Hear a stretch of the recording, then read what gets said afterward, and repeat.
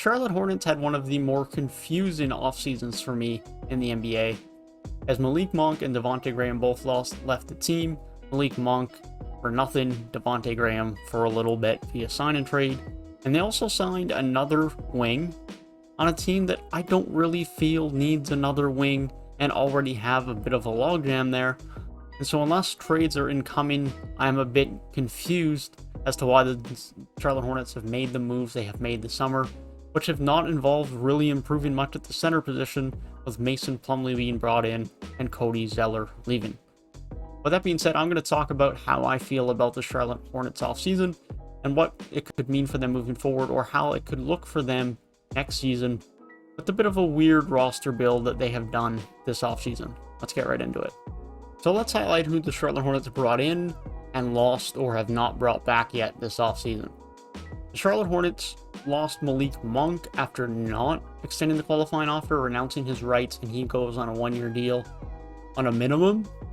Yes, Malik Monk signed a minimum contract to go to the Los Angeles Lakers, and obviously that's why he signed a minimum, is because it's the Lakers, but the fact that he got a minimum is absolutely insane. Devonte Graham also went to the New Orleans Pelicans via sign-in trade, and all they really get for it is a Pelicans 2022 first-round pick, which sure is nice, but depending on how the Pelicans do next year, that might not be a high lottery pick. It's something, sure, but to lose Devonte Graham and Malik Monk for a 2022 first-round pick just seems not overly smart from this front office.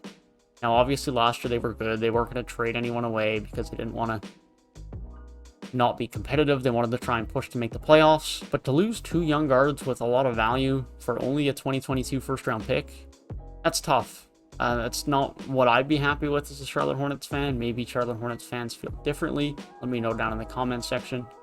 But I feel like losing both of those guys for only that little value really hurts. They also lost Cody Zeller, of course, which I don't think is really a loss. But nonetheless, he goes to the Trailblazers as their backup center on a one-year deal. And frankly, he just wasn't going to come back as their starting center, and they probably weren't going to bring him back as a backup, and so he goes on and does his thing in Portland. They have not re-signed anyone from this team, and they have unsigned from last year's team Biyombo, Wanamaker, Caleb Martin, Grant Ryler, and Nate Darling. They are currently about $5 million under the cap as the roster currently sits. So let's talk about the weird team fit for this team moving into next year. So as I mentioned, the Charlotte Hornets for forwards next year have Gordon Hayward, Kelly Oubre, PJ Washington, and Miles Bridges. And sure, you can play all of those guys. They can all play. They can all be significant parts of your rotation. But are you telling me that you're really going to have Miles Bridges and Kelly Oubre Jr. come off of the bench? Or if you want to start Miles Bridges, PJ Washington off of the bench with Kelly Oubre, and you're telling me that those guys are going to be happy with that all year or the next couple of years?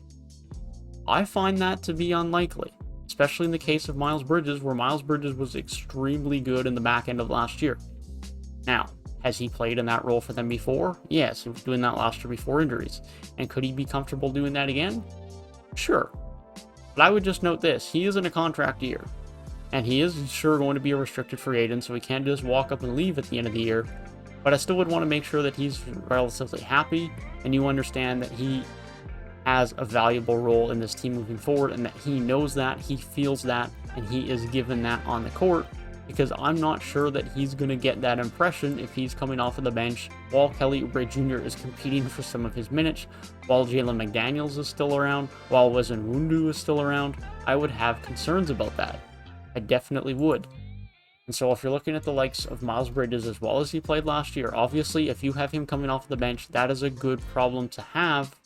But at the same time, it's only a good problem to have if you can keep everyone happy. And are you going to be able to play all these guys 25, 30 plus minutes a night? I don't know that you will, because you still want to play James Bouknight a bit. You just drafted him early in the first round. Ish Smith is your backup point guard. He has to play minutes, unless you want to run with Gordon Hayward as a point forward for a bit, or LaMelo Ball and Terry Rozier just alternate and Ish Smith doesn't play that much. You also need to have a backup center, because I don't think Miles Bridges Kelly Oubre are playing a small ball center, and PJ Washington at small ball center isn't necessarily the best thing either. We have seen it, but I don't necessarily approve of it, and I don't think his defense is anywhere near good enough to be able to play it. And so someone like Bismack Biyombo or Kai Jones is going to have to play some backup center minutes. And so fact of the matter is, these guys are not all going to get 25, 30 plus minutes a night. I just don't see how it works in this rotation. Now, Kelly Oubre is only on a 2-year deal. Maybe he gets dealt. Sure, that's fine. Miles Bridges, he's a restricted free agent at the end of the year. Maybe they don't want to pay him depending on how well he plays and how much he demands, and so they'd love to move him. Maybe they're not happy with PJ Washington's development. Maybe they trade him, or maybe they want to move on from Gordon Hayward's contract while he has some value and gets older and starts regressing. That being said, if they don't make a trade, I struggle to see how the rotation fits. I think a trade has to come with one of these forward players for the Charlotte Hornets. Who that is going to be, I really don't know. I think the Gordon Hayward option makes the most sense, but if you're worried about money, which considering there's still a lot of young players in this team that have to be paid, then PJ Washington could potentially be that guy as well, or Miles Bridges.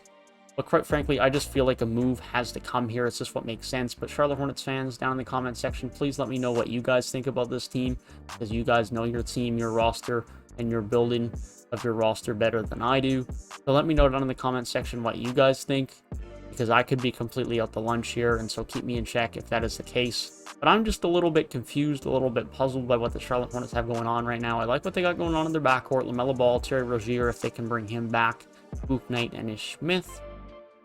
But Kelly Oubre and Miles Bridges, along with Gordon Hayward and PJ Washington, seems a little bit odd to me. Let me know what you think down in the comment section below. If you did enjoy the video, feel free to leave a like down below and subscribe to the channel if you are new. We have some big project, big concept ideas and videos coming out throughout the off-season months as we approach the next NBA season. That being said, I hope you guys have a great rest of your day, and I'll see you guys in the next one.